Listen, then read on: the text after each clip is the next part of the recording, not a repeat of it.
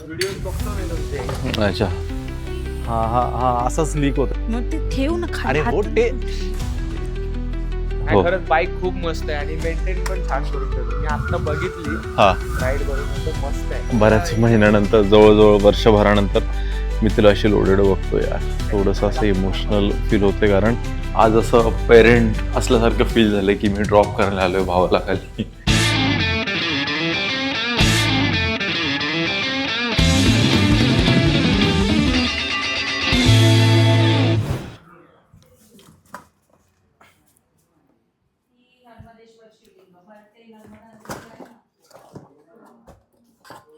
तुम्हाला माहिती आहे काय, यावरून जर तुम्ही नाही ओळखलं तर यावरून तुम्ही नक्कीच ओळखाल. तर आपण घेतलेलं आहे कॅम्पिंग गॅस स्टोव, काही म्हणा याला कॅम्पिंग स्टोव या पोर्टेबल स्टोव आपण म्हणतो याला. तर याचा प्रॉब्लेम असं झाला आहे, आजच ही गोष्ट डिलिव्हर झाली आणि जेव्हा आपण याला सिलेंडर लावायचा प्रयत्न करतो ना, तेव्हा तो लीक होतोय. सो लीक व्हायचं मला कारण माहीत नाही आणि कदाचित मी पहिल्यांदाच हा यूज करतो, त्यामुळे मला कदाचित सिलेंडरसुद्धा लावता येत नाही आहे. त्यामुळे स्वप्नील भाऊ आहे तिथे, ज्यांच्याकडे सुद्धा हा कॅम्पिंग स्टोव आहे, ते आत्ता भेटायला येतात आपल्याला. रात्रीचे वाजले 11:30 आणि 11:30 वाजता ते आपल्याला याची हेल्प करायला किंवा गाईड करायला येत आहेत. तर त्यांच्याकडून एकदा लावून बघूया की त्यांना माहिती आहे तर. पण आता मी जेव्हा लावायला जातो ना तो, तर त्यामध्ये असं होतं की यार माझा तो अर्धा सिलेंडर संपला फक्त लावण्यामध्येच, कारण माझ्याकडून तो लीकच तितका होतोय. मग मला समजत नाही मी चुकीचा लावतोय की या स्टोवचा काहीतरी प्रॉब्लेम आहे. तर आता आय होप की असा हा काय जो प्रॉब्लेम आहे तो सॉल्व्ह व्हायला पाहिजे. स्वप्नील भाऊ तिथे बसलेत बेंचवरती, त्यांना एक फोन केला की थोडं काम आहे, तर ते भेटायला आले डायरेक्ट घरी न जाता. काय म्हणताय? नमस्कार. आता हातात हे सगळं आहे, हात मिळवायचा होता, द्यायचं नव्हतं सामान. तर काय होतं माहिती आहे का की गॅस खूप लीक होतोय माझ्याकडून. या इकडे बसून लावूया. बिचाऱ्याने एवढ्या लांबून बोलवलं गॅस चालू करण्यासाठी. हा, आता जर नाही चालू झालं तर त्यांचंच घेऊन जावं लागणार आहे. कामावरून आले डायरेक्ट. हो, घरी जाऊन मला परत उशीर आहे.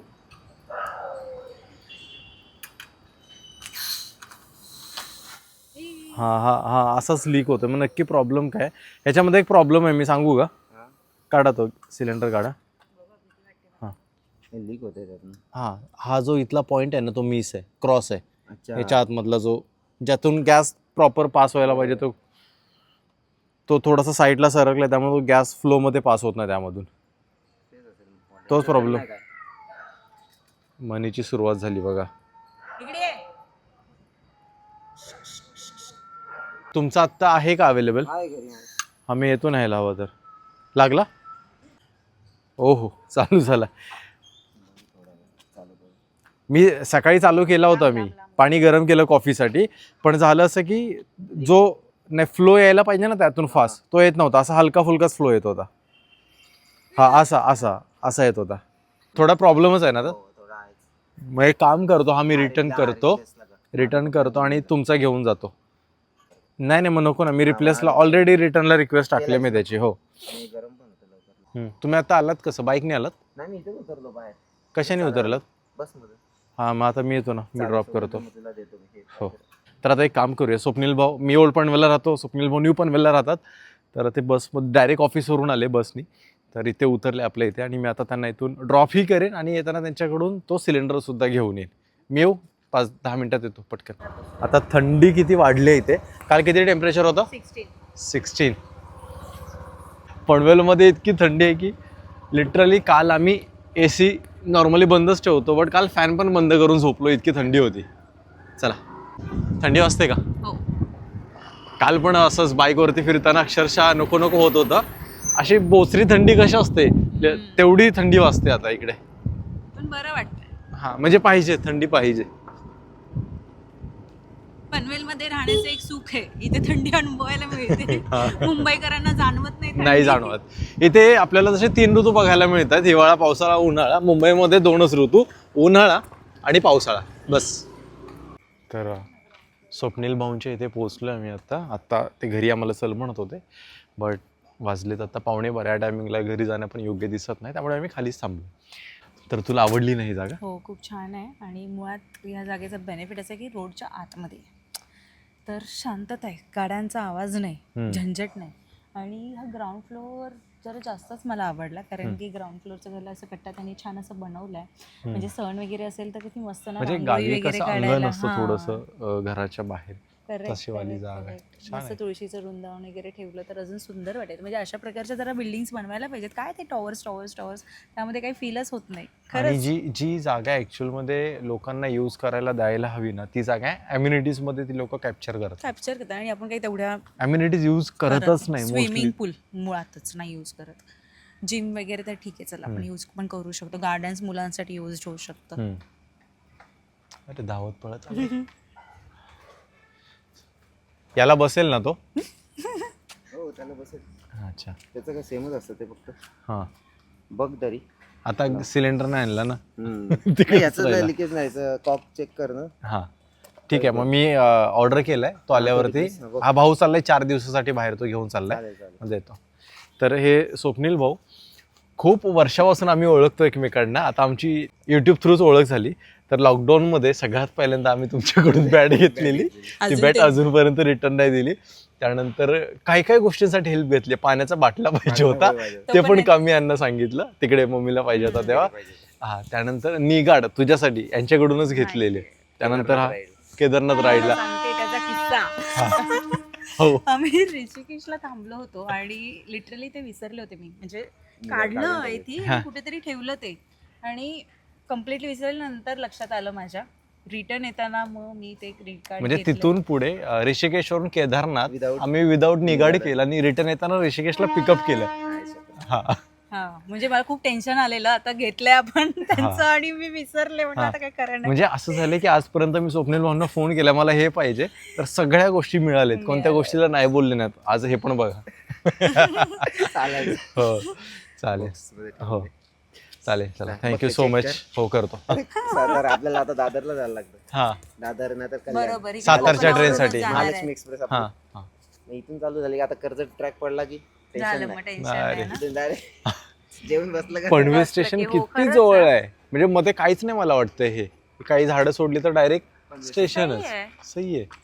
आपण आता फिरून आलो त्यामुळे वाटत नाही. लांब वाटलं. हा, हो, म्हणजे लाईक दिसतंय तिथे हे काय station. दिसतंय इथून स्टेशन. हा, तो बंद झाला आता. हा. आणि आता तो ब्रिजच्या खालून आलो, तो हा, फाटक होता तिकडे आधी. अच्छा, आम्हाला सांगा redevelopment खूपच झाली. जवळ आहे स्टेशनच्या. यार Station चलो मध्ये. मिळते. Okay bye. Bye bye bye. Thank you Thank so you. Much. आणि स्वप्नील भाऊंच्या घरून आपण हा स्टोव तर घेऊन आलोय आणि आपला खराब झालेला स्टोव मी आपल्या डॉमीवरती ठेवलेला, तर सध्या इथेच ठेवू. फक्त हा सिलेंडर घेऊ आणि याला बरोबर हा बसतोय का बघूया. लिकेजचा प्रॉब्लेम तर नाही होत आहे ना, कारण हा पुढील 4 दिवस खूप कामी येणार आहे. जपून कर. अशा गोष्टी हँडल करताना तुम्ही स्वतःची सेफ्टी पण बघितली पाहिजे. तुम्हाला जर त्याबद्दल माहिती आहे कसं करायचं आहे, तरच तुम्ही ही गोष्ट करा. रिस्क घेऊ नका. याला बघ किती इझिली बसला. हळू, लांब ठेव बाळा, लांब. तू आपण व्हिडिओ करतोय, लांब ठेवून करायचं. करू तर ते मला गोष्टी टेस्ट करायलाच राहतात यावे लागतील ना. मग ते ठेव ना खाली. अरे हो, हातात टेस्ट करू दे मला. मी पेटवताना खालीच ठेवणार आहे त्याला. हां, मला इथं भीती वाटते. याच्यामध्ये तुम्हाला माचीची गरज लागत नाही. इथेच डायरेक्ट लायटर म्हणून आपण लायटर दिलेलं आहे, त्यातूनच डायरेक्ट तुम्ही त्याला पेटवू शकता. इथे मी चालू केलं, याला चालू झाला. म्हणजे हा एकदम परफेक्टली फाईन आहे. आपला जो स्टोव होता ना, तो असा गॅस लीक झाल्यासारखा पेटायचा तो, पण हा एकदम परफेक्टली चालतोय. हा ओके, हा आपल्या कामी येऊ शकतो. तर कधी कुठे कसा कामी येऊ शकतो हे मी तुम्हाला सांगतो. माझा भाऊ घेऊन चाललाय, आता मी त्यालाच डेमो देतोय. हे तुझ्याकडे असे ही शेगडी म्हणा, नको भांडू का. तुमच्याकडे अशी शेगडी वेगळी असेल आणि हा सिलेंडर वेगळा असेल, तर इथे हा एक याचा मार्क आहे, मार्कच म्हणा त्याला, आणि इथे याचा असं दिलेला आहे. तर तुम्हाला त्या 2 गोष्टी मॅच करायच्यात. ठीक आहे, तर हा परफेक्टली मॅच झालेला आहे. हा किती इझिली बसला. नाही तर जो पहिली वेळी आपली स्टोव होता, गॅस स्टोव होता, तो डायरेक्ट लीक करायला सुरुवात करायचा.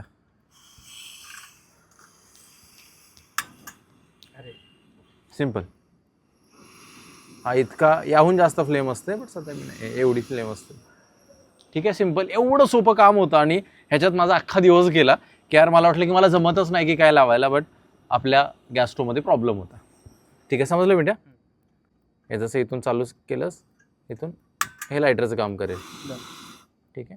आणि जेव्हा तुला काढायचं आहे फक्त बघायचं की जास्त गरम तर नाही झालं ना, मग असा हात घाल डायरेक्ट. मी आता नुकतं चालू केलं त्यामुळे डायरेक्ट हात घातला. तर आता गॅस स्टोवची वगैरे एवढी तयारी झाली आणि ही सगळी तयारी कशासाठी केली हा एक प्रश्न तुमच्या मनात आला का? जर नसेल आला तर मी सांगतो की गॅस स्टोवची वगैरे तयारी केली एका राईडसाठी. तर राईड होते आपले या एंजलवरती, एंजल 2.0 वरती. बट सॅडली त्या राईडमध्ये मी इन्क्लूड नाही आहे, कारण माझा भाऊ चाललेला आहे आपली एंजल घेऊन. कुठे चाललेस तू? मालवणला चाललाय. क्या बात आहे. ऑल टाईम फेवरेट प्लेस जर म्हणू आपण किंवा लोकेशन म्हणू तर ती कोकणच असते बऱ्याच लोकांची, तशीच माझी देखील आहे. बट आता मी न जाता माझा भाऊ चाललाय तिकडे. तुला पाठवतो आणि कुठे कुठे जाणार आहे? आणि जळव मला. नाही जळवत नाही. ठीक आहे. तर जायच्या आधी त्याचे थोडेसे वेगळे प्लॅन होते की कॅम्पिंग वगैरे करायचं होतं त्याला, मग त्यासाठी गॅस स्टोवची वगैरे अरेंजमेंट केली. विशाल गाडी आणि पकडू आता जाण्याआधी एकदा चेनला ल्यूप देखील करायचं आहे. सो ल्यूप करायचा कार्यक्रम आपला चालू आहे आता. उचल. हा हे खूप फक्त हे जर स्टँड पोर्टेबल असतं ना तर ते खूप कामी आलं असतं आपल्या. हा म्हणजे बँड व्हायला पाहिजे थोडं. हा हे आपण कुठे इझिली घेऊन फिरू शकत नाही, नाहीतर खूप युजफुल स्टँड आहे हे.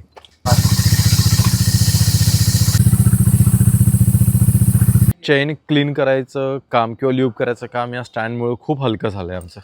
तर मी मागच्या एका व्हिडिओमध्ये बोललो होतो की आपल्याला आपल्या एंजलची सर्व्हिसिंग करायची आहे. तर सर्व्हिसिंग जो आपल्या स्कूटीची सर्व्हिसिंग करतो ना त्याकडेच मी आपल्या एंजलची सर्व्हिसिंग करायला देणार होतो. बट झालं असं की आपण एंजल घेतल्यापासून त्याच्या ज्या काही फ्री सर्व्हिस होत्या त्या फक्त आपण सर्व्हिस सेंटरमध्ये केल्या. आणि त्यानंतर मला एक खूप खराब एक्सपिरियन्स आला बजाज सर्व्हिस सेंटरचा, जो की मला वाटतं की सगळ्यांनाच येतो. तेव्हापासून जी सर्व्हिस आपल्या बाईकची दत्ताभाऊंनी केली ना त्यानंतर आपण कुठेच सर्व्हिसिंगला बाईक दिलीच नाही. आता मी म्हणजे नेक्स्ट डे सर्व्हिसिंगला बाईक त्या किस्मतजवळ देणार होतो, पण समहाऊ दत्ताभाऊ कुठून प्रकट झाले, घरी आले, भेटले. एवढ्या महिन्यानंतर घरी आले, भेटले, आपली एंजल त्यांच्या गॅरेजला घेऊन गेले, सर्व्हिस केली आणि आपल्याला पुन्हा पाठवून सुद्धा दिली. म्हणजे याचा अर्थ असा आहे की आपल्या एंजलची सर्व्हिसिंग हे दत्ताभाऊंच्या हातूनच लिहिले. फक्त वॉश नाही केलेली आता, बाकी सगळ्या गोष्टी त्यांनी केलेत. आणि लास्ट इयर त्यांनी सर्व्हिसिंग केलेली. त्यानंतर माझ्या या प्रॉब्लेममुळे मी कुठे राईडला जाऊ शकलो नाही, तशीच उभी असल्यामुळे आपण आता सर्व्हिसिंग करून घेतली, यासाठी की वर्षभर जरी आपली बाईक उभी असली सर्व्हिसिंग केल्यापासून पण त्याचं जी ऑइलची जी क्वालिटी असते ती ड्रॉप व्हायला चालू होते. मग भाऊ असा चाललाच आहे राईडला, तर त्याला प्रॉपर सर्व्हिस करूनच दिली. कशी भरभक्कम भरगच्च वाटते. म्हणजे असे कोणतरी तिला चालवताना मी खूप रेअरली बघतो आणि माझ्याशिवाय तर कोणी तिला चालवलीच नाही. पहिल्यांदा आज भाऊ घेऊन चाललाय, ते पण एवढे महिने झालं उभी होती. त्यामुळे मीच बोललो ठीक आहे जा घेऊन चालव. कसं आपली कोणतीही वस्तू जेव्हा वापरात असते तेव्हा ती चांगल्या अवस्थेत राहते, मेंटेन राहते. पण तिचा वापर जर आपण कमी केला, तिला उभी ठेवली तर ती तितकं जास्त कामसुद्धा काढते. तर उद्या किती वाजता जाणार आहेस? 4चा प्लॅनिंग आमचा. तो मुलगा मानखुरवरून येणार आहे. अच्छा ठीक आहे. मग मला उठव, मी येतो खाली सोडायला. ठीक आहे. तर आता ऑलरेडी 1:45 झालं आहे आणि आता आपण निघूयावरती, कारण 3 ते 4 तास प्रॉपर झोप घेतली पाहिजे. उद्याही आपल्याला ॲक्टिव्ह राहायचं आहे. भाऊ जाणार आहे सकाळी 4 वाजता, त्याला 4 वाजता आपण ड्रॉप करायला खाली येणारच आहोत. सो थोडी का होईना झोप आपली प्रॉपर पाहिजे. मला आता असं झालं की एकदा जर का मी सकाळी उठलो ना, मग भले ते 5 असू द्या, 5:30 असू द्या, 6 असू द्या, 4 असू द्या, त्यानंतर मला झोप येतच नाही. त्यामुळे जी काय आत्ता 3 ते 4 तास झोप मिळणार आहे तेवढी घेऊ आपण. म्हणू अजून खाली चल. ओ ग कसं आहे माझं पिल्लू, माझ्या एका आवाजात येतं ते. The next day.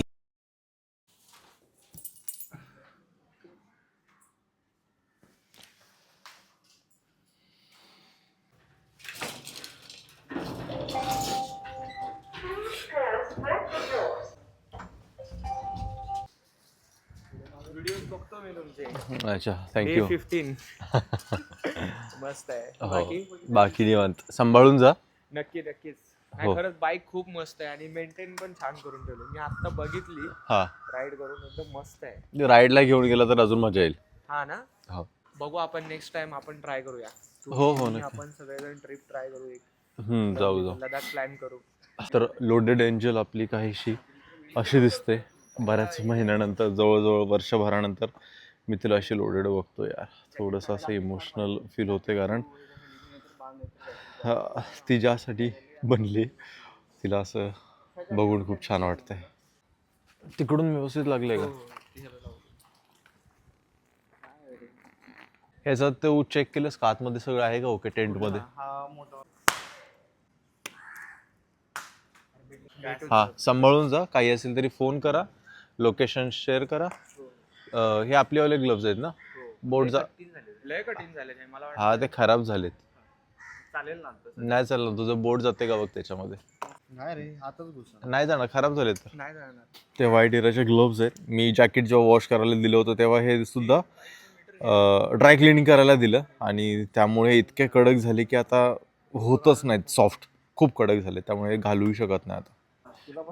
ठीक आहे, पुढे कुठेतरी हवा चेक करा. जेव्हा कधी 2 पॉईंटवरती येईल तेव्हा पुन्हा परत रिफ्यूल करा. फ्यूल पंपवरती प्रेशर येतो. थोडं पेट्रोल गाडीत असावं, त्यामुळे फुल कर. व्यवस्थित जा एकदम. काही असेल तरी फोन कर. Bye bye.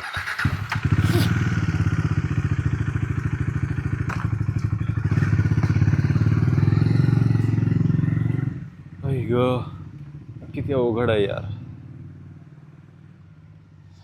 किती नाही, खूपच जास्त अवघड आहे. आज असं पेरेंट असल्यासारखं फील झालं की मी ड्रॉप करायला आलोय भावाला खाली. म्हणजे छानही वाटतंय तो चाललाय ते, आणि वाईट या गोष्टीचं वाटतं की मी नाही जाऊ शकत आहे, नाही राईड करू शकत आहे इतक्यात. बट काय नाही, पुढे खूप खूप मोठ्या राईड माझ्या नशिबात दिलेल्या आहे, त्यामुळे सध्या ह्या राईडला मी नाही जाऊ शकलो असे असू शकतं. सो पॉझिटिव्ह नोटवरती मी हा व्हिडिओ इथे सेंड करतोय. जर तुम्हाला काही कारणास्तव आपला जर का आजचा व्हिडिओ आवडला असेल तर नक्की एकदा एक लाईक करा, शेअर करा, आणि तुम्ही जर अजूनपर्यंत श्रीज एंजलला सबस्क्राईब केलं नसेल तर एकदा नक्की सबस्क्राईब करा. सो भेटू पुन्हा लवकरच अशाच कोणत्या तरी एका नवीन व्हिडिओमध्ये. तोपर्यंत बाय बाय, टेक केअर, काळजी घ्या. आणि एक गोष्ट मला सांगा, ती गोष्ट म्हणजे हे ग्लोव्स हे ड्राय क्लिनिंग केल्यामुळे इतके कडक झालेत की यामध्ये आपले फिंगर्ससुद्धा जात नाही आहेत माझे. सो याला ऑइल लावलं, तूप लावलं तरी देखील नॉर्मल होत नाही. तर यासाठी मी काय करू यार, खूप चांगले आणि एकदम नवीनच ग्लोव्ज आहेत माझे हे.